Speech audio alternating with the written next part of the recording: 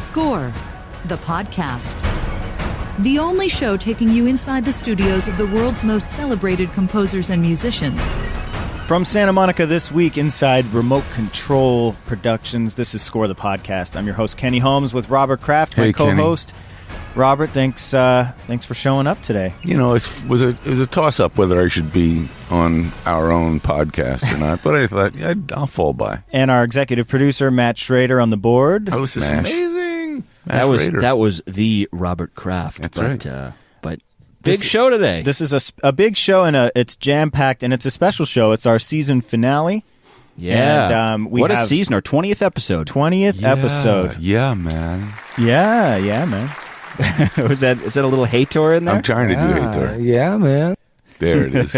We've come a long way. I remember sitting in John Debney's studio saying, hey, we have this idea, and John was nice enough to join us for episode 1. Yep. And here we are, episode 20, with our guest, if you choose to accept him, Grammy Award-winning composer of Mission Impossible Fallout, which is just killing that little applause in here again. Lorne Balfe.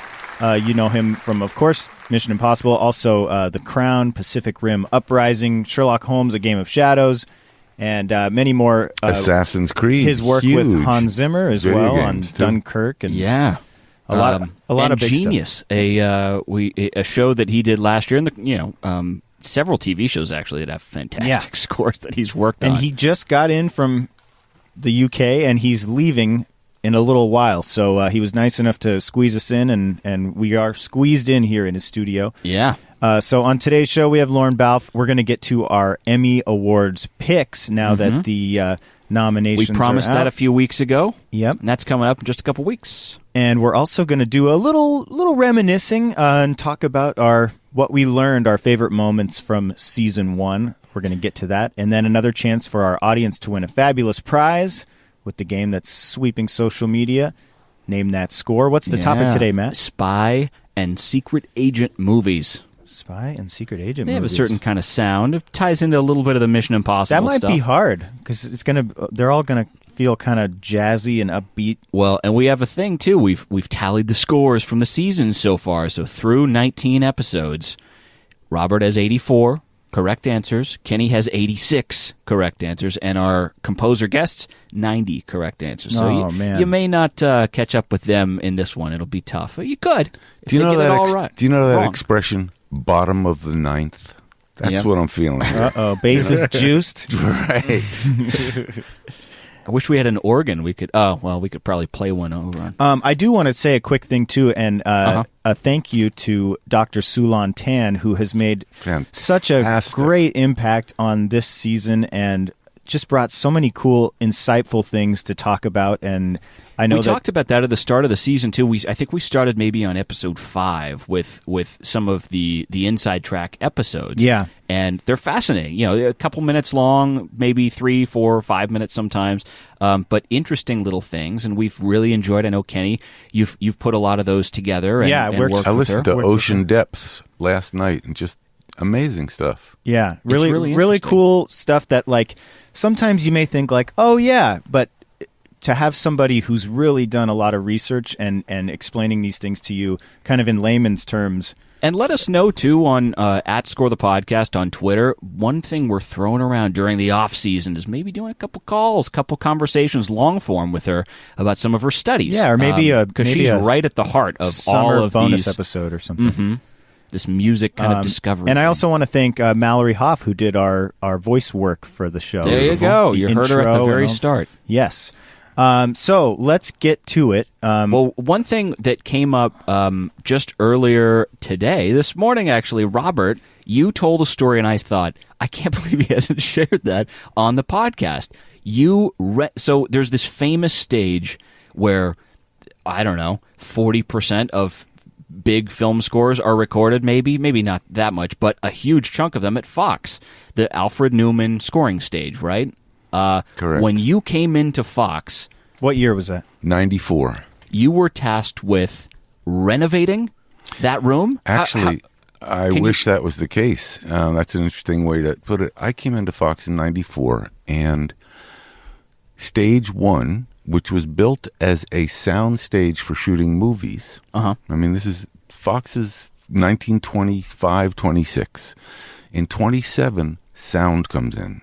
Warner Brothers Studios and Fox Studios started to experiment with taking silent movies and attaching sound to them. Mm-hmm. And Fox was actually the first, even though Warner Brothers came out with The Jazz Singer as the first talkie. Fox had actually made the first sound movie, and they made it on stage one, where they had an orchestra play and there was dialogue. They just didn't get it out before Warner Brothers released The Jazz Singer. But stage one then evolved into the scoring stage because it was a huge cavernous room, and they started to put microphones in there and record the orchestra in there, and it kept evolving. So there was... And famously Alfred Newman. And Alfred Newman, there are even incredible home movies, and online you can see movies of Alfred Newman on the original stage.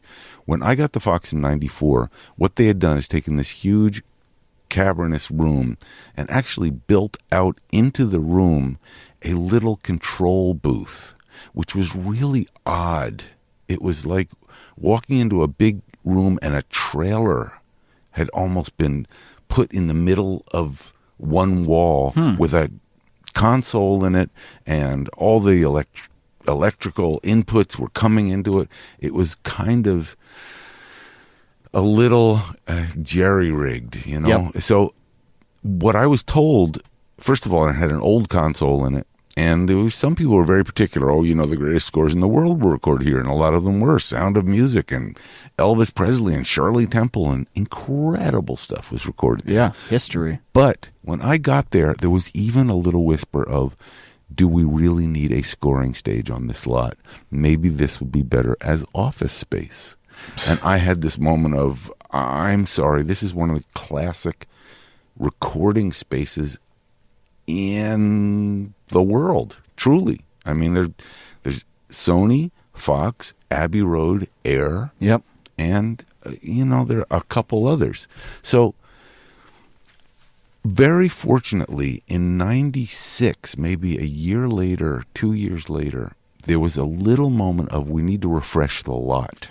We need to build some more post-production facilities. We need to actually improve some of the lot. And I pushed to get a budget at least approved to refresh the scoring studio. And what ended up happening was, thankfully, it was a moment where everybody was feeling this was important. And that little funky... I don't know what even to call it, that's enclosure on the lot, which had this old Harrison console completely knocked out, literally removed completely, and the wall at the end of the studio, as we now know, a huge glass was put in it, and another control room was put in, additional, in what was a second smaller room. And you can adjacent. see that in our documentary, Score, a film music documentary. That's where Hator is in Exactly. that. And you can actually see in the background, there's an interview going on while one of our camera guys, Alex Miskey, was recording Hator, instructing all the orchestra to pluck with the back of their nails their instruments. So it was very fortunate, because I don't know if a few years later I would have gotten the budget approved. We put in a incredible state-of-the-art recording booth, separate. It restored stage one to its original volume. Yep. So this funky thing that was built in the middle of it was taken out. And one final memorable anecdote from this moment. When we were thinking about that original volume and taking it out, and there's a lot of, as you remember, and you can see in the documentary, there's a lot of pipes exposed. There's some kind of funky plywood on the wall, and it's not particularly finished. It's the way an old soundstage would have looked if you were shooting a movie on it. You dress it, but undressed, it just looks kind of like a big old empty room. Yeah. The question to me was, were you going to improve all the walls and the ceilings, and you going to cover all the struts in the ceilings that look kind of funky and the lights that are hanging down? And a trumpet player, a very wonderful session trumpet player, we were having this discussion. He said, this is my favorite room to play in L.A. Acoustics of I this. hear myself better in this room than any other room in Los Angeles. So I don't know what you guys are planning to do, but my Leave it suggestion ugly. is, he said, don't even change the dust in the room. That was what he said. And if you go into that Fox stage, on one side's a state-of-the-art recording booth. Fabulous. Everything. Blinking lights. All, 21st century. The recording stage itself is the way it was in 1927. Well, why? I mean, the point is the acoustics. If it's not being filmed in visually, I mean, it's for recording audio. And it sounds incredible. You got to do amazing. So what's best for the film. And we can largely thank... I mean, I guess you could take credit for keeping that stage around, keeping it at least from becoming office buildings, which it could have easily it could have been another one of those things like on a studio tour. I think this used to be the place where Alfred Hitchcock would do everything every day, and then we made a parking lot. Right. Know? I think I can thank the fact that just a year or two before, RCA Studios in New York, the legendary RCA Studios on 44th and 6th, where everybody recorded, and it was where you went in New York, had been changed into some office buildings. Wow. An office space. So you had a reason to say, no, let's And everybody keep this. was so... I can't believe they did that they decided it was more important to use that space for, cubicles. That's cool. And So now it's I think Well, it's not going unused. No. So it was definitely a good decision. And it was named then, I believe, after that. Actually, the renovation. Okay. The renovation changed it from being stage 1 to the Newman Scoring Stage. That's right. Yep. Yeah. That's interesting. Robert, thank you very much. I have to thank the people that budgeted and sort of snuck in there an additional whatever number it was, which I can't quite remember where we ended up, but it was expensive, but it was worthwhile. Yeah. What a story to close on. Man. Yeah. Man. Yeah, man. There's a nice little closing story for fireside chat with Robert Now Kraft. we got a few notes on the season that we're gonna jump into, right? Do we have some of the? I know you guys both made a couple notes, and then we'll do our Emmy picks, our big, enormous Emmy picks after that. There we go. It's epic. Our picks for drama series, comedy series, dramatic score, main title theme. We got 4 different categories we're going to go through and pick our winners that we are sure will be 100% right because we won't have a show that week. I'm really confident. or for a little while after. You can still harass us on Twitter, though. Yes. At Score the Podcast. I thought it would be cool to kind of reflect on the first 20 episodes, maybe list off 3 things each of memorable moments of season 1. My first one is first off, a little sub memory is that Ramin Djawadi's name is pronounced Ramin Djawadi, which I still can't get right. It's hard to see when you look at it. It's my Jordan Bieber of the season. Jordan Bieber.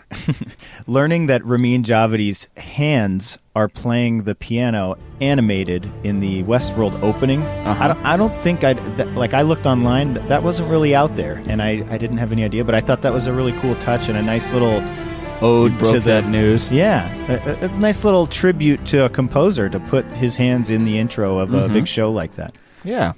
Robert, what you got? I remember, I think for me when I was thinking back on it, one of the first things that came to mind was when we sat with Junkie XL, Tom Holkenberg, and he talked about his resolve to become a composer, and that even at the height of his DJ and pop record career, he decided it was important to... Yeah. Didn't he say he came to L.A., even after he tried in L.A. and failed, he decided he was going to come back. He told that great sweep story, floors. which is it's on our YouTube channel, the video of his reaction. But you say, Tom, I think you came to see me when I was at Fox, and he goes, I did. Yep, I did. And that wasn't the start of his career, but it would start pretty soon. Well, he after had that. a huge hit out, and meanwhile, he's working for free in a basement. You're right. Chasing the dream. And he actually, it worked out. All right. My second one was with John Powell when we were talking with him. Sounds like 5 pounds of cheese. During the session at Abbey Road recording solo, he released to us that he got the musicians drunk and played vuvuzelas for the score. I thought that was hilarious. Yeah. I wonder if that was during the Olympics when they were all playing vuvuzelas and they were sort of in the news, was it? No, it was a few... Well, it could have been, actually. I don't think so. I That's think more it of was a a month or Summer so Olympics after thing. that. Yeah. But I'm sure he planned that out anyway. But yeah, it was funny him talking about. I like how he to said get he a had to drink get or him two in drunk, him though, first. because is it because you don't really play him, you just kind of blow into him? It's all the great players of London that are what? A plastic horn? I also, speaking of Ramin, he told us that great story of how he got started. I mean, I think you're going to see a through line. My memories are always these fabulous stories of how composers, their unorthodox career path. Yeah. Ramin said that he had been working, I think it was for Jeff Zanelli, and he was writing. He wasn't writing. He was doing software programming, and he was making tea. I think it might have been Klaus. I think you're right. It was for I couldn't Pirates. right. And Klaus said, would you just mind staying a little later and maybe, I don't know, take a shot at it? And whatever he wrote, it stuck. Yeah, it stuck, and it kind of got him more gigs. And I thought, how lucky. And the start of those stories, yeah, they're cool. He waited patiently. Well, that flows right into my third one, which is when we talked with Tina Guo. She created this music video with her life savings, trying to become a metal rock star. And Hans Zimmer comes across it on YouTube and gives her a call. And who's this cellist? Yeah. She didn't even know who Hans was the funny part. Yeah. She's like, I'm sorry, who? And completely changed her career path. And now she's worldwide, traveling around, playing on all these huge soundtracks, and even talked about writing her own score now. So goes to show you how things can change overnight like that. But I thought that was a really cool story. Yeah, and I think one of my favorite moments was with Harry Gregson-Williams, where I remarked on his wonderful new studio that we were in, and that I remembered his prior studio, which was in Venice Beach, and how cool it was. And he said, that studio ultimately burned me out. He told us the story of how he ended up with 3 floors of people doing TV shows on one and movies on another, and he had all these people working for him, and he was racing between projects, and it just absolutely was too much. And ultimately he took a year away and then came back to the beautiful and serene studio that we did our podcast from, where he had 2 people working with him. He kind of had a little, like where we're at right now, a little remote control productions type feel with a big monster, building full of people. And that doesn't work for some people. It just didn't work for him, and he seemed so happy and productive in his new environment. And I just love seeing that evolution. Well, it really was a fun season to do all these episodes, and if you aren't caught up, there are some really cool stories and conversations. Of course, all the episodes are free. You can just subscribe on Apple Podcasts and go through and check them out. I think now we're going to get to. Are we going to take a break? No, we're going to go right into it. We're going right into it. All right. We're going to have a longer episode than usual, but it's our big Emmy Picks. There's the epic whatever that's the called. Emmys are coming up, which was invented, I think, here at Remote Control by Hans Zimmer. Amazing. Just weeks away, right? It's the Emmys are a couple weeks away. So we're close, and we did all right on our sure things for nominations. Nominations harder to pick than it's a little harder to pick. Not for me. Now this is the real deal. So we have 4 categories. And what we're going to do is go through category by category. So I'll read these off to you. It's drama series, comedy series, then dramatic score for a series, and main title theme. A lot of people forget about the main title theme, but that's a good one. Not me. So, not Robert. So we'll start with outstanding drama series, and the nominees for this are The Americans, final season, The Crown, Game of Thrones, The Handmaid's Tale, Robert's pick, I'm sure. I'm predicting. Stranger Things, This Is Us, and Westworld. Those are the outstanding drama series. Kenny, who you got as a winner for this category? Well, I'm going to go with This Is Us. Oh, the NBC show. I personally haven't watched that show, but I can tell you the hype around that show and everyone who does watch it, I mean, it's like religious. Yeah. People are like, oh my God. Even I was out when I was covering the Olympics. You're right. Yeah, Game of Thrones doesn't have that. I was in South Korea covering the Olympics, and we went to the Super Bowl watch party, and half the people were like, "This Is Us is on after the Super Bowl. Are you guys going to leave the TVs on?" I mean, it was like I couldn't believe it. What do you think, Robert? I'm going to surprise you with my new contender, which is The Crown.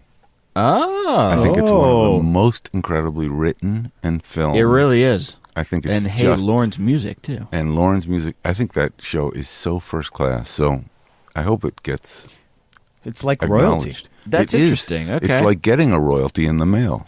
Well, I got to say, I'm debating between The Handmaid's Tale, which is great. It's probably my favorite show of all spring, and The Americans. It's the final season of that. Yeah. It never really got the attention that it deserved. It's an amazing show. So that's my sleeper, I think. I think I'm going to go with The Americans because it might be final season. They might be sent off with a trophy. My runner-up, Stranger Things. Okay. What you have seen. Yes. All right. Outstanding comedy series. This one is a little bit more clear-cut, I think. Atlanta, Barry, Blackish, Curb Your Enthusiasm, Glow, Marvelous Mrs. Maisel, Silicon Valley, and Unbreakable Kimmy Schmidt. Kenny. Atlanta, hands down. Robert. I think it will be Atlanta, but I actually just finished the first season of Mrs. Maisel, which I wasn't aware was so wonderful and well done. Yeah, it's gotten a lot of attention for Amazon. This is a tough category, though. Yeah, and that's my pick for this too. I was thinking Amazon, Atlanta was going to be the clear winner, and I think that's the obvious one. Yep. But Marvelous Mrs. Maisel has really come on strong. I didn't know a thing about it. It was recommended to me. I thought, well, I'll see the first episode, and I think over 2 nights I watched the entire season. Barry and Curb. HBO was strong this year, though, too. So that's for me the hardest category to pick from. Dramatic score for a series: Game of Thrones, Ramin Djawadi. I said it right that time. Yeah. Marvel's Jessica Jones, Sean Caller. We talked to him a couple weeks ago. Once Upon a Time, Mark Isham, Cindy O'Connor, and Michael D. Simon. Star Wars Rebels, Kevin Kiner. And Westworld, SEAL Team, W.G. Snuffy, Walden, and Patrick Rose. And Westworld, Ramin Djawadi. I'm going to go with, as hard as it is to pick from this category, Westworld. It wasn't my favorite show of the year this season, but the music was so incredible for me. And the way they orchestrate those songs and then the original music on top of it, that's my pick. What do you think, Robert? I'm going to go with a complete dark horse. Oh. Once Upon a Time, Mark Isham. It was the last episode, 156, that was nominated. And they might recognize Mark for all his great work with that award. I don't see any way around. There's who I think should win, and there's who I think will win. And since we're doing will win, I think the answer is going to be Game of Thrones again this year. It's just the champ. So that's what I'll go with. Last category we have main title theme, Godless on Netflix, Carlos Rafael Rivera, The Last Tycoon, Michael Dana, The Defenders, John Paisano, The Putin Interviews, Jeff Beal, Somebody Feed Phil. This was a strange nominee for this. Mike S. Olson, Bridget Ellen Kearney, Michael Calabrese, and Rachel Price, and The Tick on Amazon Prime Video, Chris Bacon. I'm going with The Putin Interviews. I thought the use of orchestra, choir, and synths all kind of mixed together. It stands out to me.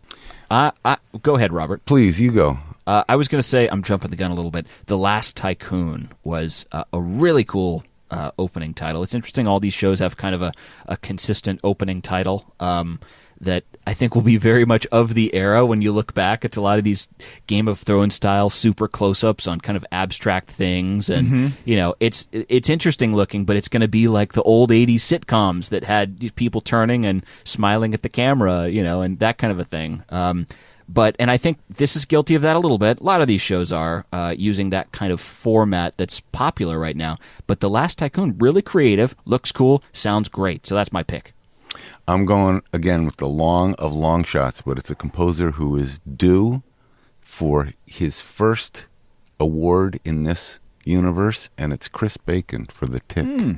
Yeah, that's a fun one. Yep. So Chris is a great composer who's coming. He's really kind of the next one up, and I'd like to see him get acknowledged. I wouldn't mind seeing Michael Dana get closer to that EGOT, though.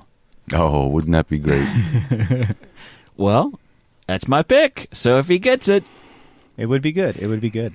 I think we're going to take a break now. And yeah, when we'll take a break. Back, we'll hear a little something from Robert, right? Reminding us to check out all of our social media stuff. Right on. Right on. And then right we'll be on. right and then back. Coming back, we're going to invite in Grammy Award-winning composer Lorne Balfe. Super exciting. And Scotsman, Lorne Balfe. Yeah. Scotsman. Yeah. We'll be right back. Hey guys, Robert Kraft, and I'm inviting you to check us out on Twitter for the latest from the show, giveaways for Name That Score, videos, maybe even a new track from that pop superstar, Jordan Bieber. Check out our handle on Twitter at Score the Podcast. Now, back to the show. Welcome back to Remote Control Productions. We're here with Grammy Award-winning composer, and he's on a big high right now with this huge film. Huge. Mission Impossible Fallout, the composer extraordinaire for that film, and many other huge projects. Lorne Balfe, thanks for having us, Lorne. I love the applause. Thank you. It's just for you. Also, being on a high, I've got jet lag, so I do not feel like 30,000 foot high. Maybe. Love that. Jet lag is kind of inspiring. Yeah. For naps. 10 years ago it was. You know, I learned something very important today coming into your studio, which is what the flag is outside. Mm-hmm. And I never realized that. I don't think I was clear. Balfe is Scottish. Okay. The new... Yes. I don't know. I don't think Balfe is. Okay. I am. Okay, good. I think Balfe is, I think it's French-Irish. Could be. Friarish. They call that. Yeah. Meaning you are born in Glasgow, Edinburgh. Ooh, no. I'm a Highlander. Ah, shoot. Inverness. Nice. There's actually a scene in one of the shows that we're going to talk about, The Crown, where the Queen Mother goes to the... Is it Balmoral. Well, there's a few. They go up to Gornston. correct? Yeah. Where I think Charles went to school and Philip went to school, I think. I nearly went there also. Oh, wow. Yeah. And nearly went to school there for, in America we have public and we have private and public, and they're the exact opposite. Yeah. So when you said you nearly went to school, meaning... No, I nearly went there. Oh, it's just a long story. It's not. It's not. I think. Who was your first grade teacher? No, I went to school in Edinburgh. Oh, beautiful. But that's great. Well, let's get to Mission I was gonna Impossible. say, Yeah. First things, the second stuff, the huge blockbuster film. You jumped into this legacy of Mission Impossible, going back to the TV show. First off, did you watch the TV show growing up? No, I think I watched it as in my 30s. Okay. But the films, when the first one came out, I was at college, and I loved it. And then, I was a fanboy. And so it was amazing to be invited into that family. Is for you personally, but also for the franchise. What was the pressure like for you to make sure that you delivered on something, that has that past? I'm sorry, and that list of composers prior to you, Hans, Danny, Giacchino. The weird thing is that every project I get very fearful. I start off. So I think that the fact of how big this was went very quickly. Then you just firstly, it was lovely starting off a film where there was already a great theme. Yeah. You weren't sitting there for countless nights trying to write something. So that was great. No, I think the later... I was on it for a long time, 8 months, 9 months, and I think that probably throughout the whole those months I was. You're very aware of what the fans are going to think that are fans of Mission Impossible. There's that legacy, and there's being loyal to... And it's going to be, that's not as good as the last one, or I like this better than 4, but not as good as 3, or that kind of thing. Well, I think also it's just the fact of using famous themes and how fans relate to them.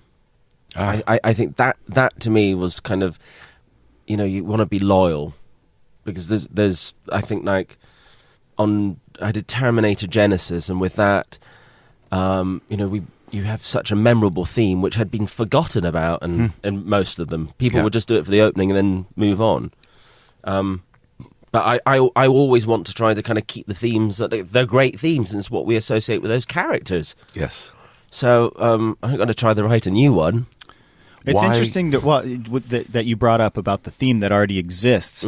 Is that something that makes it? Is it time saving? Can you start working on the rest of the movie? Because developing a theme is something that sometimes people spend a lot of time on. If you don't have to worry about that, is that, or is there more pressure to make everything else notable because you have an existing theme that people already know? I think it's yes, you've got the theme, but then what do you do with it? So that's the thing. And you actually did something very cool with it. There's one cue. I think the cue is called Fallout. Just one. It's the main. It's just one cue where it's almost, forgive me, it's cubist. You show a little piece. You don't give it all away. Oh yeah. Well, that's. But it's coming right here. It's coming right now.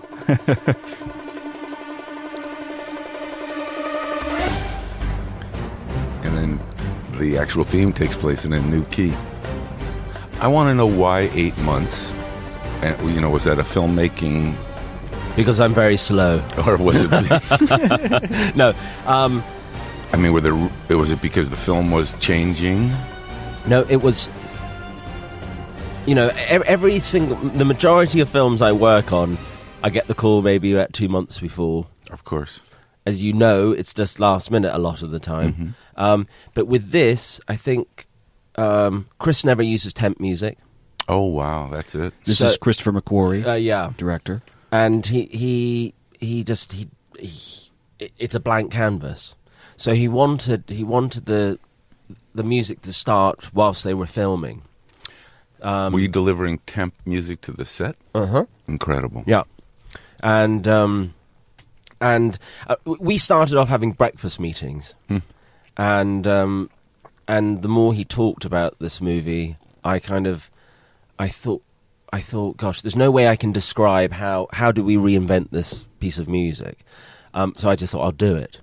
So I went away for a week and I wrote like an hour of music that I thought was kind of like a letter to him of this is what you've been talking about. This is Ethan's new journey, and this is what you could do as the theme. And so that's how we started. But we created our own temp, and that was the luxury. And also, my writing room was next door to his edit room. Oh, that's perfect. So I loved it. Where was that? In the UK? In London. Yeah. What was it like working with Tom Cruise, who's known to be very hands-on in this franchise and a lot of movies, but especially this one? Was that different for you? Was that a different process? Well, the fact is that you have to kind of. It's hard to forget that you're talking to Tom Cruise. The biggest movie star in the world. Lorne, Tom Cruise is here to see you. He'd like to listen to every cue. So you're but the fact is he is the producer. Yes. And he is Ethan Hunt. It's so he knows that theme better than anybody. He lives and breathes it. So I still think it's you're talking about music cues, and then the back of your head is it's Tom Cruise. I watched him in college, and I liked this movie. Now, was he at most of those meetings that you had with Chris and about the music, or was it occasional when he came? It was especially a big kind of meeting. Well, the thing is that we were kind of we had music meetings nearly every day, really. So. But I think Tom got involved. Well, he was involved right from the beginning when the first time he heard the music that I gave to them as a suggestion.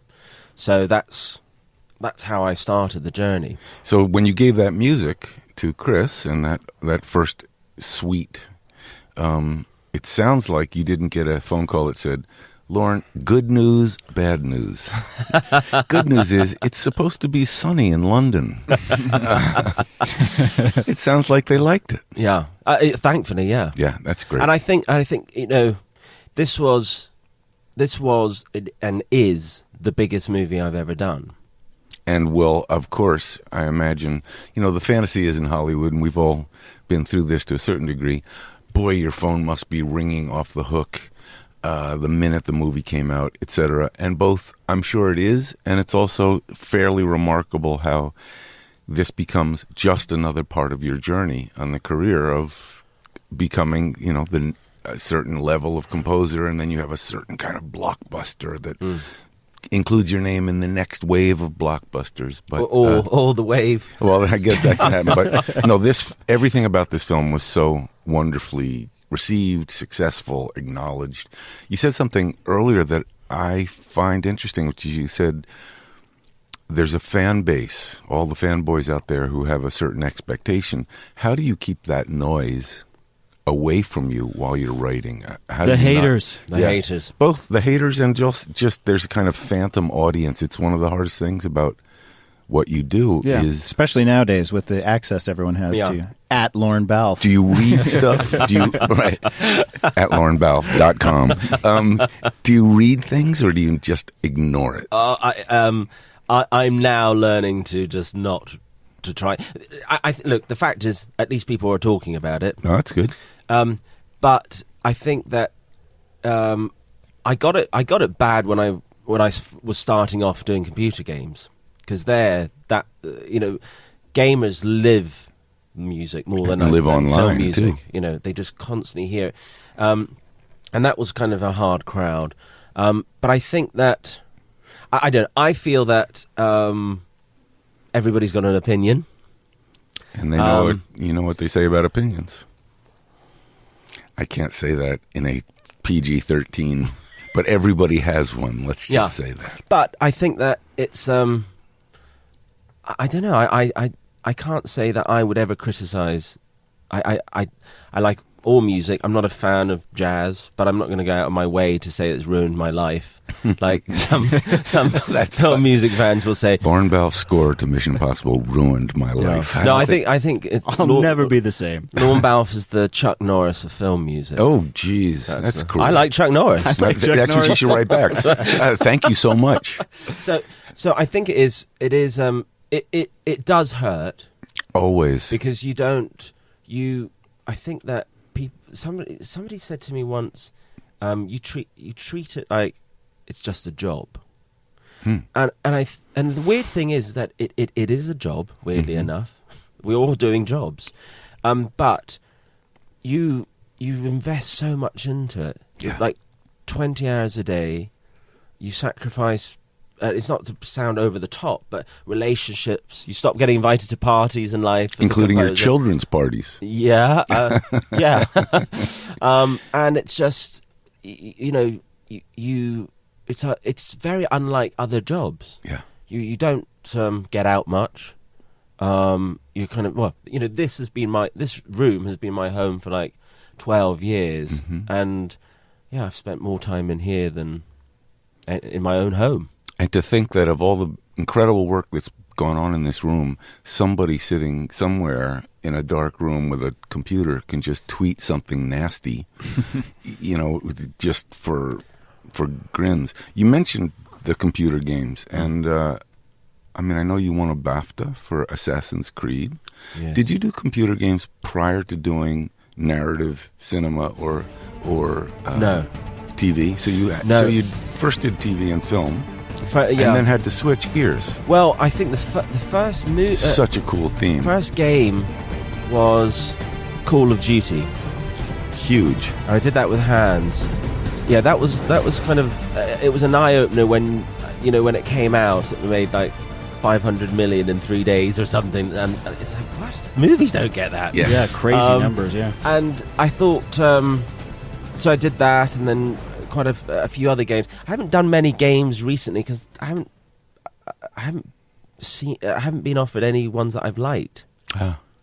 It's because, I often wondered about that. If you're scoring a game, do you end up sort of calling them saying, I'm going to be late because I'm deeply involved in well, thankfully, playing it. I lost 2 days of my life when I did Assassin's Creed because I decided to play, and that I couldn't leave the house. It's interesting that you talked about how the gamers are immersed in the music because it never stops. Yeah, and they have so much time to sit there and just soak it all in versus a film where you get through a queue and the next scene comes on and it's silent or there's just dialogue.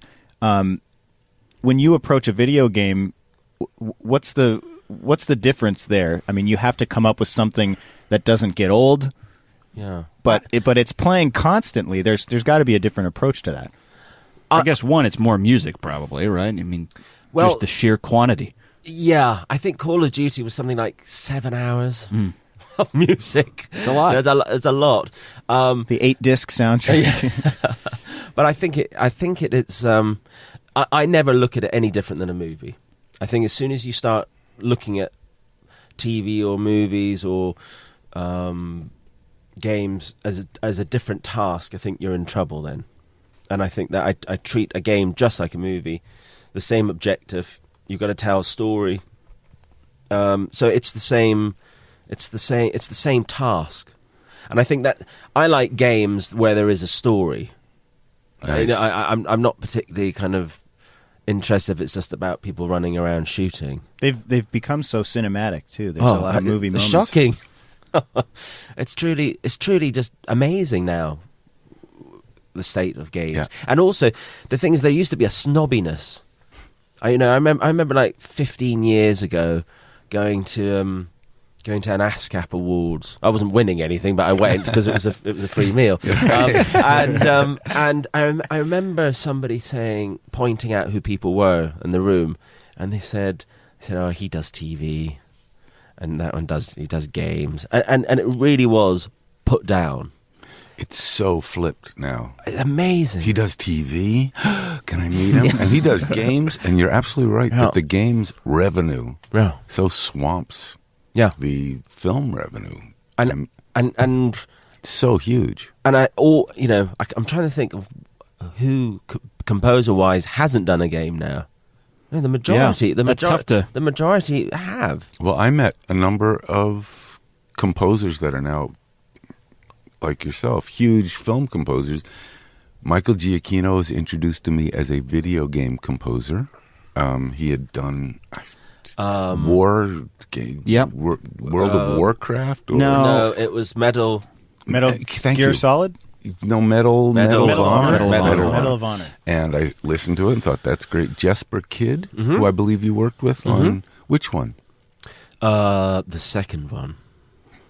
Yeah, the second one. Assassin's Creed? Yeah. Jesper Kidd actually wanted to work on Hitman, the movie. Because I believe he did Hitman, video game. And our close personal friend of all of ours, Jeff Zanelli, snagged the gig. Jeff. Which was, I think, good for Jeff and unfortunate for Jesper. With the director really loved Jeff's approach. I had a question. I came across something just when we were digging into some research before this that on this last. I'm bringing it back to Mission Impossible. Did you at one point have 12 bongo drums? Yeah, in the same room. Yeah. Well, tell that story. I heard a piece of that. Yeah. Firstly, it's 11 more than you would normally find. Right. No, it was started off with one, and I was recording in Air Studios in London, massive big room, beautiful. And then I tried 4, then I tried 8, and just this sound just started happening that you hear at the beginning of the movie. Yep. And it was just this. The bongo to me is part of the ammunition from the TV show. Absolutely. And I thought, well, that's a colour that represents that era. Let's manipulate it a bit. Mm-hmm. So I got like 12 great drummers, not percussionists, but drummers to play the bongos. Fantastic. And I think it might be a new T-shirt. You know, you see that T-shirt, more cowbell. More bongo. So for somebody I'm not a musician, what are you hearing the difference between 4 bongos, 8 bongos? Like, How how do do you you know- get to 12? Yeah, and how you're do you like, know? that's Keep the going. sound. Keep going. Yeah. Well, it's like choirs. You know, I think there's a cutoff when it's of any use. You know, I think it's lovely visually to say I've got 100, but probably 80 is effective. But any more, you're going to start getting messy. So, the sound, I just think it made it sound more tribal. Oh, that's great. And I recorded them playing with drumsticks and with their hands, and throughout the whole film, the size of it changes, and sometimes it's just one. And so it's this just wasn't just one experimentation. cue of 12 bongos. You tracked with different cues and different shapes of. I think they're on nearly every cue, somehow. Sitting in a circle? 12 bongo players? They're everywhere. On the beach? Everywhere. Nice. But you know, we had a big band. We had, I think, 14 drummers also. Need that. And then the brass was just 12 French horns, 12 trombones, 4 trumpets, 2 saxes, 2 chimbas. Very big. How do you keep the spy music current? You don't try the right spy music. Explain. I think because then it can become a parody. And I think that we know in our head, it's like rom-com music. You know, there's a style now where it's wah-wah guitar and Fender Rhodes, which I don't know who created that and said, this is what comedy It came music... from a porn movie, I think. So it's you don't... I think you just have to forget any pre-existing styles and just go, okay. You know, like with Lalo's theme, I treated it as he had written it that day. Beautiful. I'm going to now work with it and arrange it in a different style, instead of thinking it's got to be retro and it's got to sound nostalgic. And I think the theme is nostalgic enough. Yep. They don't need to kind of do it with flutes and just treat it as a contemporary theme. So I think treating it, having a style, we didn't plan it that way. When we walked in the room, I was saying how, you know, congrats on the success of the film, and you were saying that not even the filmmakers expected it to be this big. What were the expectations, and how has that changed for you? I mean, it's been a whirlwind. Everybody. The weird thing about it is that I think when you work in a film and it doesn't do well, it's strange because nobody working on it wants it to fail. It's just Bad movies are as hard to make as good movies. Yeah, and I think that everybody is fully invested in this journey. You know, directors, writers, they're on it for years. It's a full-on experience, and I think that Chris does a great. He's been doing a podcast with Empire, and it's just amazing. Part 1 is 3 hours long.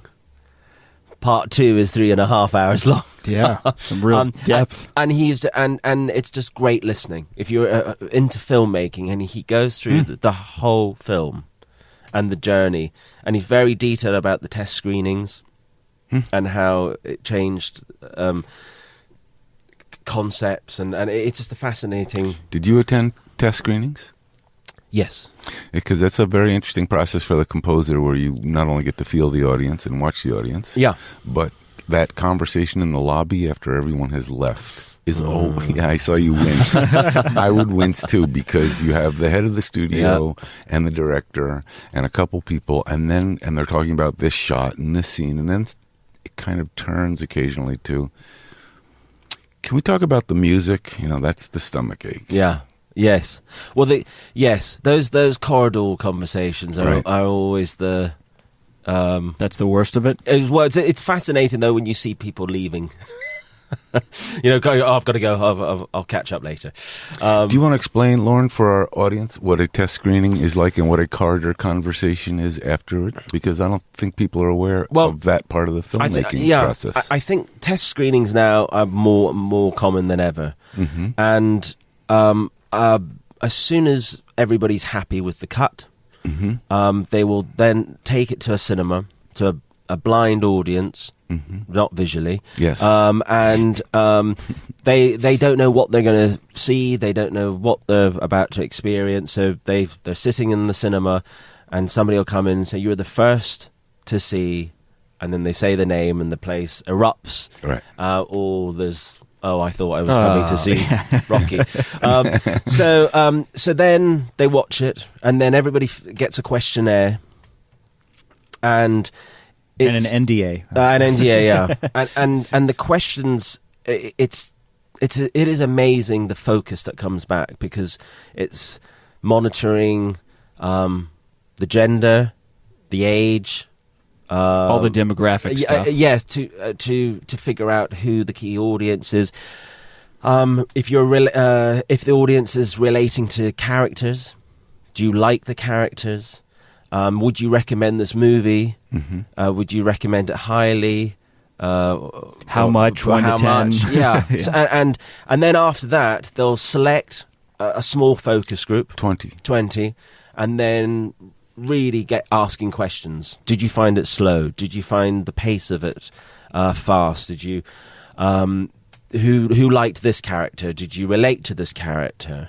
I always found that focus group. So the big audience leaves the theater. Thank you very much. They've pre-selected 20 random people of different ages and genders, and they sit in the front, and a guy comes up and gives that little speech.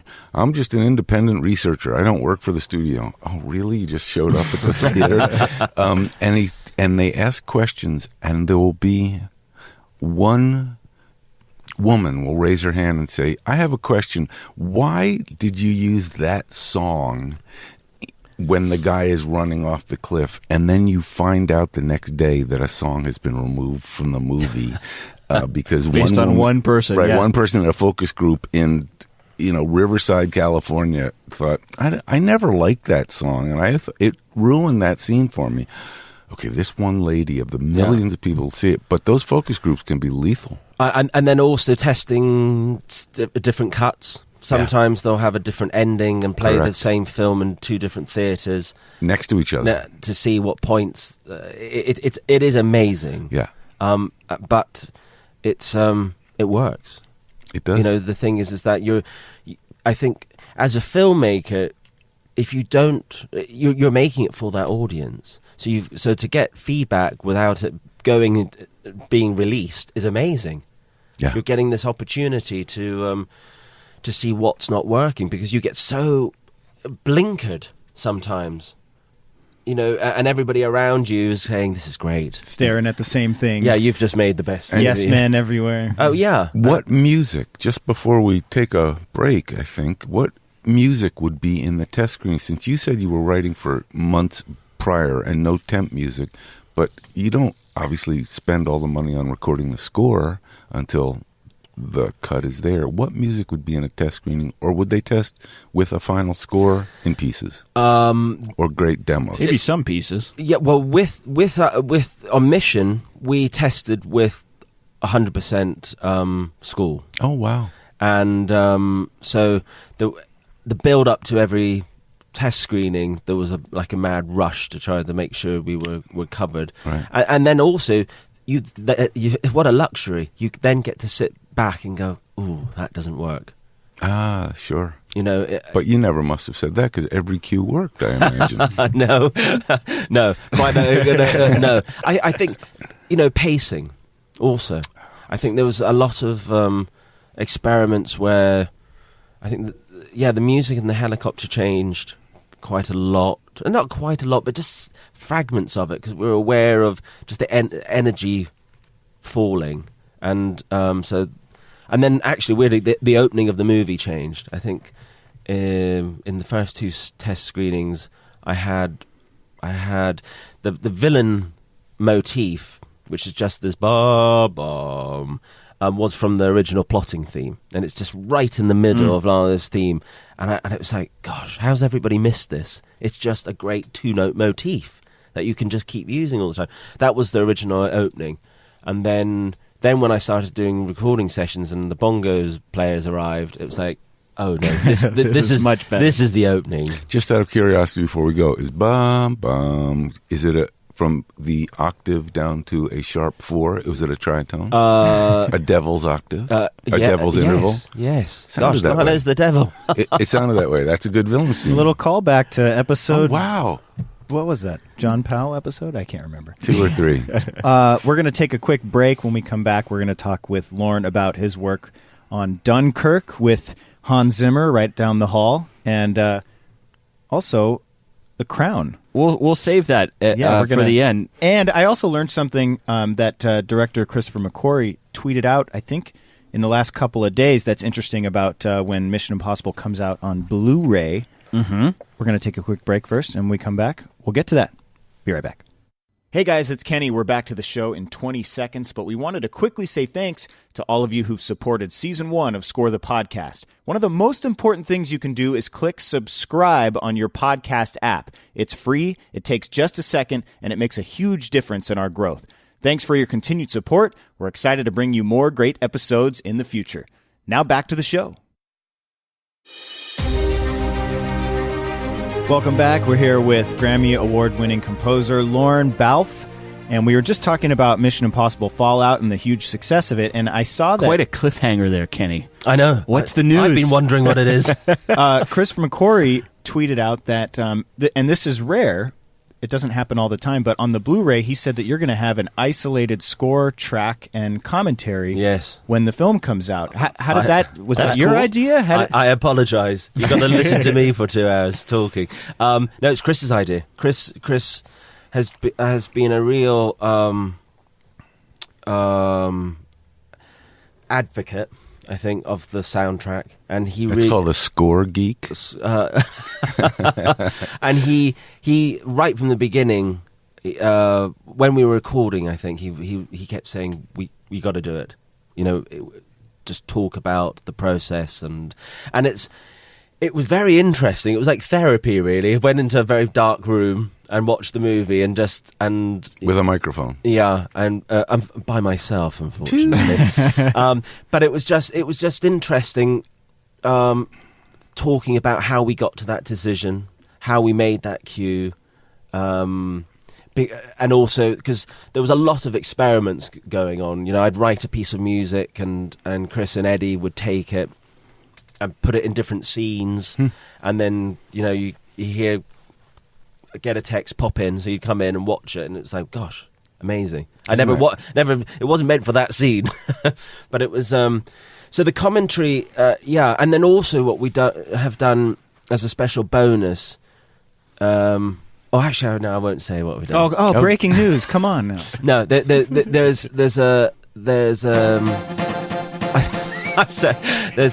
We're here live with Lorne Balfe. I've dissected a scene.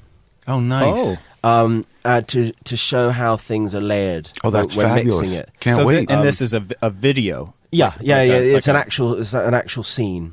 It's the rooftop chase, and how we recorded it. Because firstly, there's the old school of recording everybody in the room. It's just getting harder and harder these days. We couldn't fit everybody in because we had about 300 musicians.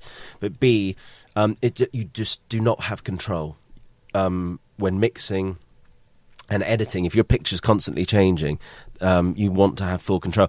So every single instrument was recorded as its own stem. So the brass, the separate strings, which is more and more common now. Of course, it's.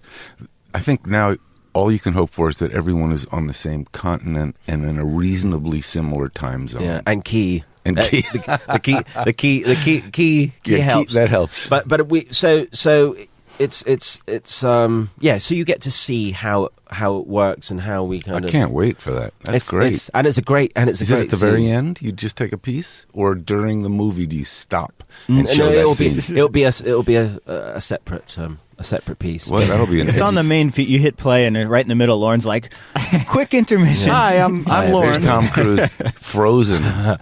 But the commentary, but also the commentary thing is, I think it's interesting because I don't think you don't. You kind of. I hope it's interesting, but at least you kind of just get to see how it's done. Yep. Because I think sometimes there's a kind of a romantic image of the composer standing there. It's not like that any longer. It's not romantic, is how we're going to reveal that. Yeah, and also, but then I just start yapping nonsense about things, and I stayed in that hotel before we got married. Lovely. All right, keep them coming. Back to your regularly scheduled programming. Yeah. You mentioned when we were talking about the bongos. Yeah. You said we brought in drummers. Yes. Not bongo players, but drummers. Yes. Attitude. You're a drummer. Am I? Oof. Yes. As a kid, can you talk about growing up, or where did you get your? Did you start start in out music? as a drummer? Or do you consider you started out as a drummer? Weirdly enough, I asked I was talking to my mother about this a couple of weeks ago, and apparently I started piano lessons at 3. Nice. Wow. And I finished at 3 1/4. Nice. And then I didn't have a lesson until, I don't know, 15 probably or something. Right. But the reason I got drummers to play the bongos was because their attitude. Oh wow! It's just it's a different attitude and way they played it. And I think that that's really interesting. I thought I was a drummer. And then when I played percussion, I always felt I had a slightly different feel. Sometimes out of time, but there was a different feel to it. And now I try to do that quite a lot. I love percussion. Every time I write something, I normally start around a groove or a pattern, some rhythm. Try to. I wonder if that comes from the fact. I mean, we of course know that your dad was a great record producer. Right? Well, he was a songwriter in the 60s, right? And so I was brought up with music, and he also had a residential recording studio in Liverpool. No, up in Inverness, and yeah, so from a very young age, I was surrounded by... So bands came into your house? Ozzy Osbourne and just a lot of bands. Echo? Echo and the Bunnymen and the Waterboys and just a long list. So they weren't in the house. They were in a separate building where the studio was, but they'd come up for dinners. Did you hang out in there a lot? Yeah, a lot. A lot of my memories of kind of... Yeah, sitting in the studio and just thinking it was a normal job. Yeah, seeing people waking up at 1:00 in the afternoon and making music. It just seemed a kind of a very normal. That's what adults do, of course. I know. It would seem that then your career path would take you towards being a rock star. Was that a consideration? How did composer come in? I think the type of school that I went to didn't produce rock stars. I see. They produced Tony Blairs and prime ministers. Yeah, I don't think, understood. I don't think rock stars, but I think no. I had no clue. What I wanted to do. I loved music, and I knew that I loved. Just creating things. Weirdly, when I was at school, I think it was like 16, and we had to do a school project, and I had said I was going to do some. I liked music and movies, and they were like, "What's that?" I don't think a film composer was really known then. Right. And I wrote. So part of my dissertation, I had to contact 3 people in the profession, and I wrote to Andrew Lloyd Webber, Sir Andrew Lloyd Webber, Hans. And Stewart Copeland. Fantastic. And Andrew Lloyd Webber wrote back saying, I am too busy. I don't have time for this. Hans replied. Would you co-compose the Caribbean, Pirates of the Caribbean with me? And he replied like about 10 pages. Stewart Copeland replied with a 30-page analysis over my bad grammar. and I don't think he answered any of my questions. He just pointed out how bad my punctuation was. I should be ashamed, especially the school I went to. God. So, but yeah, I started doing like short films maybe when I was like 16, 17. Oh, that's wonderful. And commercials, a lot of commercials. So I think it's very hard for anybody in the arts because it's just not a normal job. And I was so thankful I had parents that gave no pressure. That's lovely. Have you talked to Hans about that? Him writing back? I mean, he's in your building now here. How did you guys reconnect? He's so generous responding to people that write him. You know, I was an assistant for Hans for about 14 years. I assisted him for 15 years. And I'm sure I brought it up once. I don't. Speaking of the school that you went to, I think I can't even tell you how much I'm loving The Crown. I just love the series. Let's hold that, because I want to save that for our last question after we play our game. Oh, boy. Oh, that's The Crown will be? Yeah, we'll do that last. Do we edit that part out? Nope. Thank you so much. We're going to be right back after we play our game. Wait. Before we do that, working with Hans, I had a question about Dunkirk, because that was an extremely cutting-edge, like a lot of stuff Hans works on, obviously. You were the score producer, I believe, of that. What did that entail? Besides a shepherd's tone, which we've all now learned about. I know, everybody uses that term. So maybe we should put a shepherd's tone in this cue.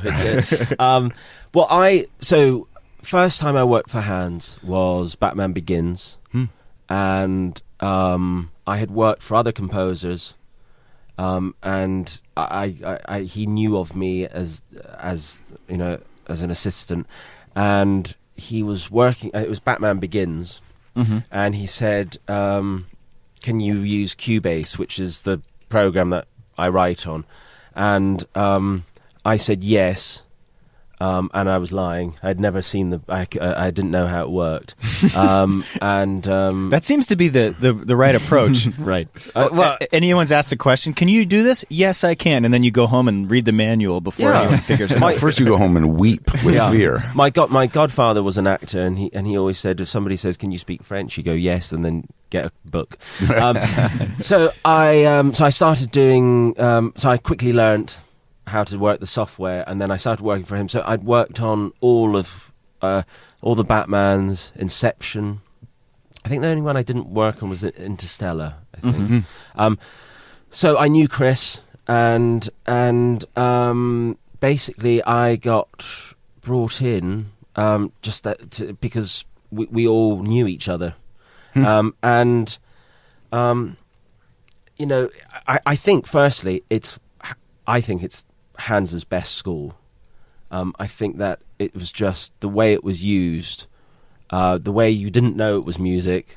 I think was just I loved it. Amazing. Yeah, loved it. I'm so happy that Alex Gibson, the music editor, won an Oscar. I think music editors get forgotten about, and they shouldn't. And Alex is a great one. Yeah. And him winning for that was justified, because it was it was part of that music was like an actor.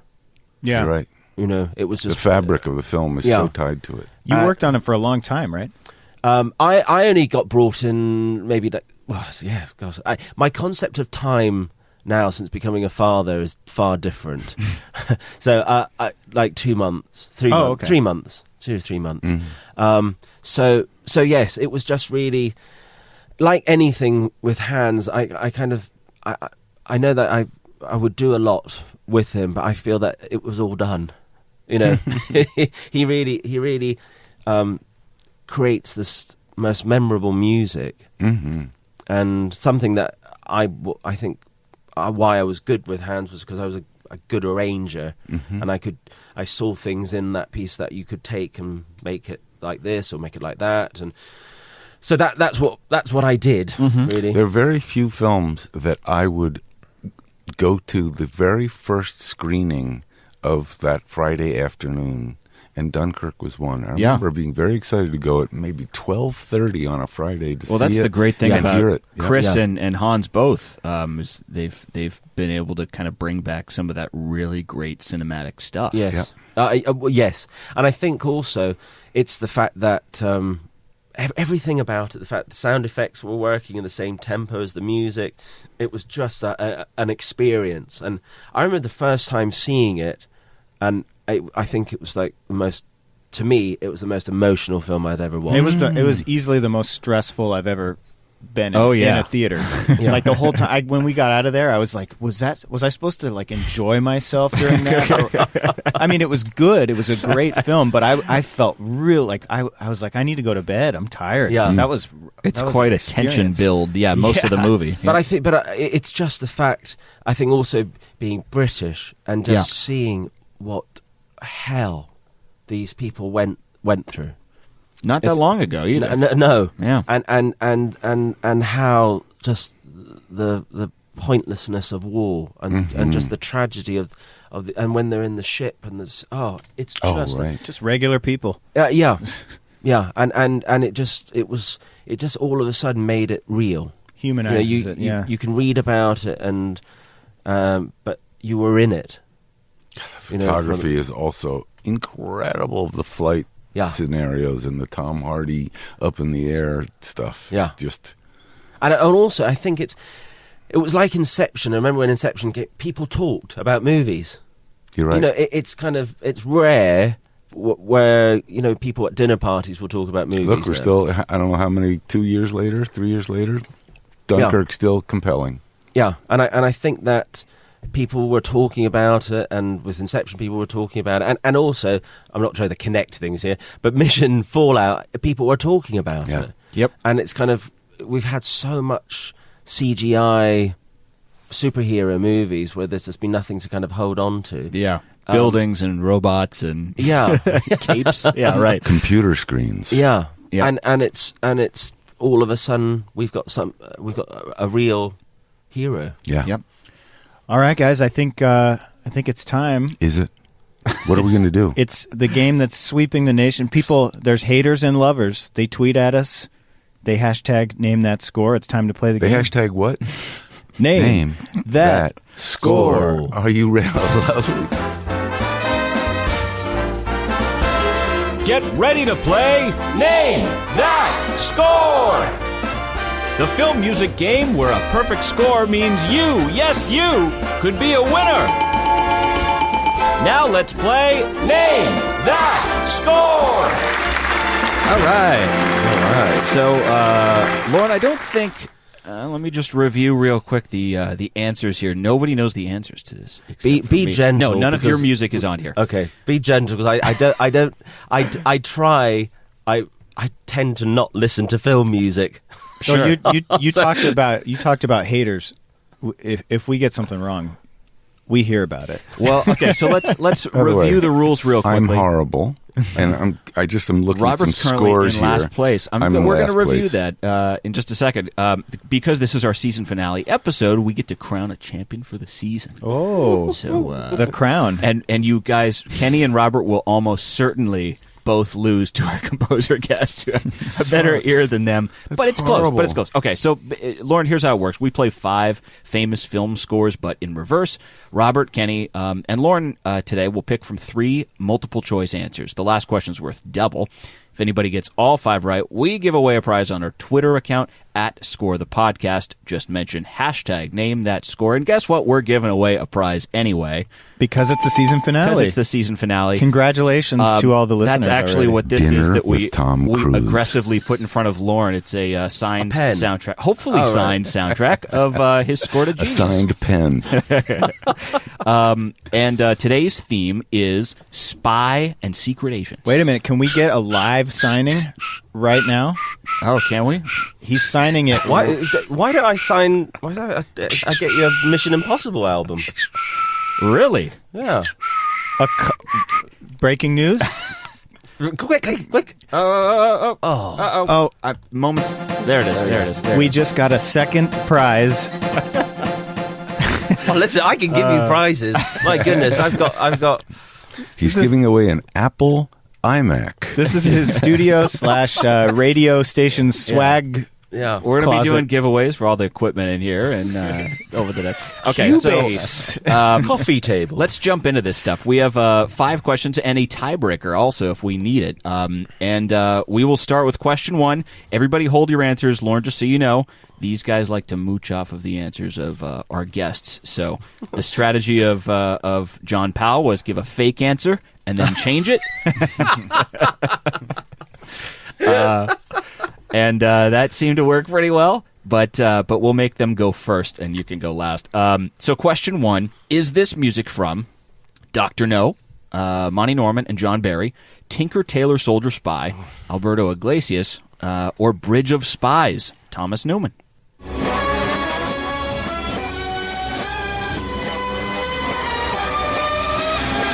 And remember, it's in reverse. Oh, really? I was going to say, that's I know everyone... beautiful orchestration. Wait, what? What was the second? What was the second? It's Dr. No, Tinker Tailor Soldier Spy. Yeah. That's the 2011 version. Okay. And because I think there was an original that I Yes. haven't seen. And Bridge of Spies, 2015, Okay. Thomas Newman. So Kenny and Robert go first. And actually, because the scores are, Robert's currently in last place. He's got 84 correct answers this season. Come from Kenny behind. has 86. So he's 2 ahead. So Coasting. Robert, Is that a prize? you need a perfect score here, Robert, to pull this off. But Robert, why don't you go first? Boom, doom, doom, doom, boom. Robert Kraft is here to say, Dr. No. Okay. All right, Kenny? Monty and John? Yeah. Kenny also. Lauren, is that your answer? Dr. No. Yeah, that's about as famous as it gets for spy scores. All right, so points for everybody. On to question 2. Is this music from another James Bond movie, GoldenEye, Eric Serra, North by Northwest, Bernard Herrmann, or Spy Game, 2001, Harry Gregson-Williams?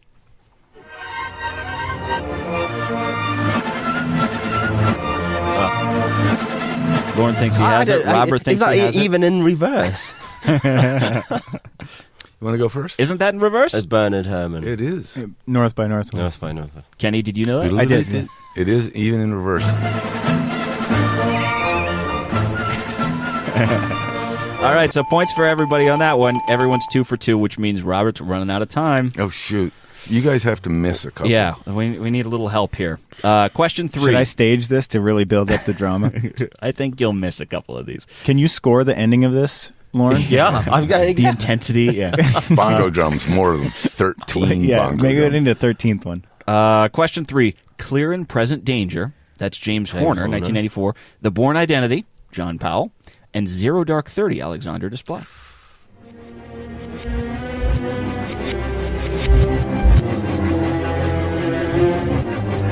Lauren knows. Yeah. Go ahead. No. John Powell. What were the first one? Okay. Clear and Present Danger? Clear and Present Danger. Microphone. James What? Horner. This is a radio James show. Horner. Yeah. Okay. Good. I was just... We're getting relaxed. I in was here. yelling in the back. Horner is Clear and Present Danger, Right. and Alexander Desplat, Zero Dark 30. And the middle one was Born. Bourne So Identity. I don't believe it's Born. I'm trying to fish. Well, you there's a strategy you might have to employ here Yeah. if you want to win. Also, Sandbag a which little is bit. you're gonna need- I'm going to say Clear and Present Clear Danger. and Present. I'm saying Horner. John Powell. John Powell. There's one winner. Oh. There's 2 winners. Robert. I was listening for that kind of...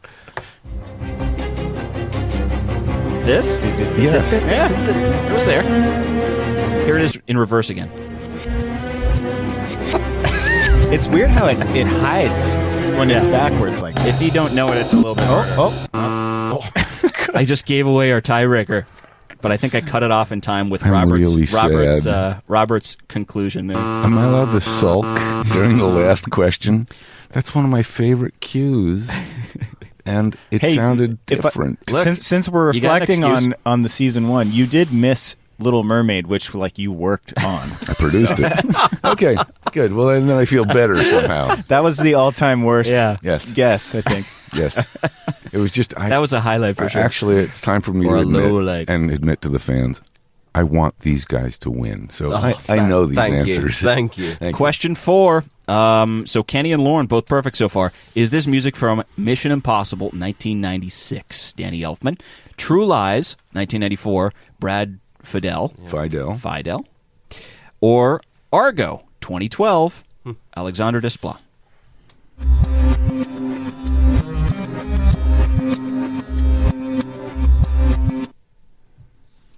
What was the second one, sorry? What is Lorne Balfe in college thinking of that cue?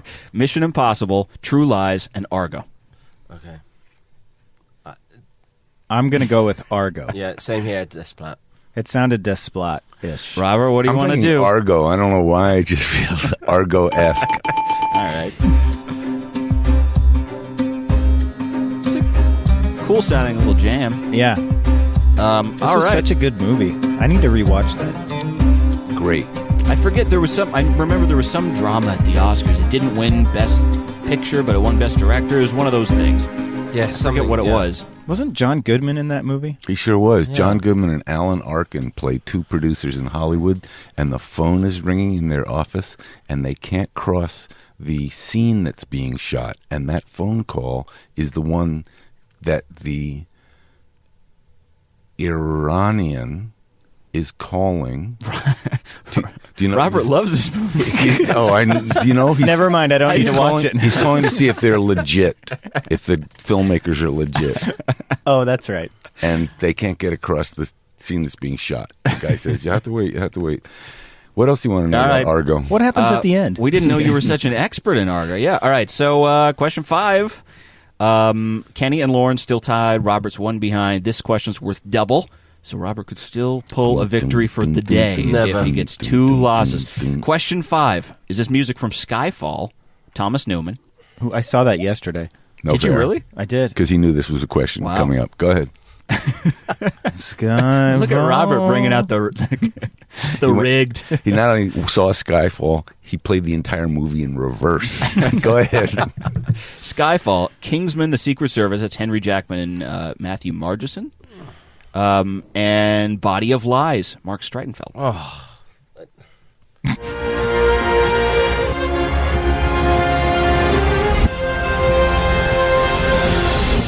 Robert's raising his hand.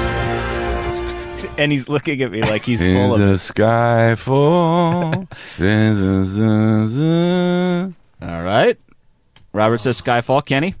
I hope Adele's not listening. Adele learned how She's to... not anymore. I'm going to go with Skyfall just because I watched it yesterday. Okay. Oh, that's a great reason. Do you beg to differ? Yeah, I think I'm going to go for Kingsman, only because I I can't... hate that Lauren's going to be right and I'm going to lose. Well, I didn't... Lawrence, you're going to go Kingsman? Yeah. Skyfall, Kingsman, and Body of Lies? Skyfall. There's a winner Did you pick Body of Lies? and two losers. I picked Skyfall. unfortunately. The There were answer. two Skyfalls. Oh, I won. Yes. All right. Lauren won. We're arguing over... Who lost? Over the losers' choices. There we go. So once again, the composer pulls out the victory at the end of this stuff. I wanted to win those pair of IMAX. Lauren wins. We have a tiebreaker that I've gone to the trouble of preparing for us to do this, and it's our bonus. last episode. Yeah, so we should do it. We're It's gonna have worth to do it. 2. Let's do it. You muted me. There you are. You were there. I just What is this, around the You were horn? there. You're just going to This is cut my mic? The tiebreaker is worth Question 50. 6. All right, so Go ahead. We can't change the if rules. Lauren at this misses point. it, and I get it, I still have a shot here. No. So is this music from 1962's The Manchurian Candidate, 1964's From Russia with Love, or 1999's Austin Powers International Man Can we get of the Mystery? composer's names? Who scored Manchurian Candidate? David Amram Amram. Yep. and John Barry from Russia with Love, Yep. and George S. Clinton for Austin Powers.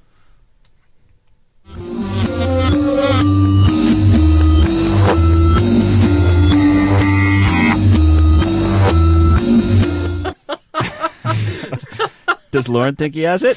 Well, it's... Don't give it away yet if you did. Well, Please give it away. no, it would be a very interesting musicologist case, that. I feel like I'm with you. The quality doesn't fit 1999. It sounds older. I'm going to say it's George S. Clinton from Austin Powers taking a page out of From It's Russia going with with Love. Austin Powers. I'm Yeah. going with John Barry. Yeah, I'm going John Barry. Thank you so much. Robert's looking at the switchboard here to see which. This is forward. Can anyone tell what this is? Still sounds like James Bond. Sure does. Well, we have a victory story at the very end of all this stuff. Robert Kraft. That's from Austin Powers. It's kind of a parody of John Barry. Because you also identified, you said we'd have a little bit of a... Only because I go through that regularly. Right. Because it sounded sort of like, if I may be so bold, and I love George Clinton and know him, but it sort of sounds like John Barry Yeah. left. 5 pounds Sideways. of cheese. Yeah, sideways. Did that mean... Sounds like 5 pounds of cheese. Am I a winner? There was John Powell right there. Sounds like 5 pounds of cheese. That's what he thought of our theme. So that means our big winner for this game is Lorne Balfe. So what do I win then? I win my own iMac. Yes, won- you do. I want You mine. get to Win it keep back. all your gear. You may have another composing gig now. Yes. But Robert won that last question. A little triumph at the end. Really kind of gives Make me it hope interesting. for next season. Yeah, and so our final tally is our guest stomped you and Kenny, you and Robert both Pretty badly. this season. So Pretty our embarrassing. composers really know their stuff, So- even other people's stuff. So which composer got the worst score? Ooh, Harry Gregson-Williams, wasn't it? Didn't we do the numbers? Yeah, I think he got 3 out of 6. Those were superhero scores we did with him, and he was like, "Oh God, I have no idea." What accent was that? That was an attempted Harry Gregson-Williams. By the way, Lorne not only won the game, but I think he wins coolest accent. Yeah, man. For season 1. As let's see, we got Hator. Yeah, man. All right, I wanted to ask one question, Lorne. I kind of teased this a little bit earlier, but and this fits into the accent conversation, I guess, somewhat. We talked with a few composers that talked to us about Canadian, especially Michael Dana, Christoph Beck, that both talked about sort of a musical dialect that they feel like Canadian composers at least have. I've heard the same argument made for writing styles of people that grew up in the UK and have kind of a different musical tradition. Have you picked up on anything that's different between kind of what an American composer tends to lean toward or start with or prioritize versus someone with a... I think so. I've always been aware of it. I think it's something to do with a lot of the church music in Britain. And I think a lot of all of us kind of seem to have had the same training. I definitely I don't know what it is. I'm not very academic with my. I think both those things are pretty spot on, though. Yeah. There has to be something, and Yeah. the kind of the way we naturally absorb it during morning. I think the best way of almost confirming what you just said is that it's easy to say the opposite here, which is that every American composer seems to come from such different, diverse stories and concepts and backgrounds where what you described may be more consistent for... Yeah. It is interesting because I've always... I feel that I've been able to kind of guess where somebody's from when hearing it. There's a... I don't know. There seems to be a kind of a European approach. And people, whenever I play, someone says, New Jersey, right on the money. Is that true? Are you serious? No. Oh, okay. For a second, I was like, what? Yeah. Which part of New Jersey are you from? Because I feel a little... Can you pinpoint what it is that you pick up on in the sound? I wish I knew. I think this is the counterpoint. I think a lot. I think there's a very kind of evangelical, hymn-like chord progression that goes on. That is just kind of rooted in us. Can you? There's one other trivia question I want to ask you. Can you tell me where the person that wrote this is probably from?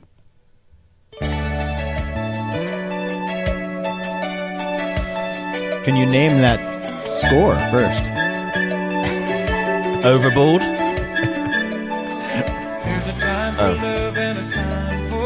It's a theme song for an old show. It's called Who's the Boss? Oh, never watched it. Oh! New Jersey. Why did you say the word overboard? Because it just the calypso feel at the beginning. It's so funny I went- because that's the name. That's just the name of my publishing company is Overboard. So when you said Overboard, Oh, that's why you lit up. I thought, does Lorne track the publishing of TV theme songs for the last 40 years? Overboard? I think it was Overboard 84, wasn't it? Amazing. And these guys... That's my pointless skill in life. Oh, this is publishing amazing. companies. Well, Fabulous. Lauren, we've been wanting to get you on the show, and Yeah. I know you've spent a lot of time in Europe, and you're heading back. Yep, heading back to Like right about now. probably in about I think in 3 hours time. That's Okay, yeah. incredible. How great. It's but it's been fantastic being on the And show. you actually, what Thank a you. brilliant closer for our first season Yeah. is this episode. So, Well, and also I'd like to thank you all for doing this type of show. that's Because nice. I think that a lot of that people that like film music, they firstly don't get out much. Yeah. But it is nice for I think people to kind of be able to get a connection. Yes. You know. And learn from the greats. And not just the little hater tweets and stuff. Hear the real stories Good name here for a on band. Score That is the a good name. podcast. The Hater Tweets. Hater tweets. Well, I know that me personally, this whole first season has been a blast, and we want to thank our listeners for listening and subscribing and taking this journey with us to launch this new podcast. Yeah, I actually feel the same. In fact, if I get a little weepy, I've really loved working with you guys. Oh. Lauren, we're glad to have you as the season finale episode. Good luck with everything, and continued success with Mission Impossible. Score the podcast, Matt Schrader or Mash Raider. Thank you, Kenny. Thank you, Lauren. Thank you. We can't wait to see all of you next season for another round of great episodes. Score the podcast.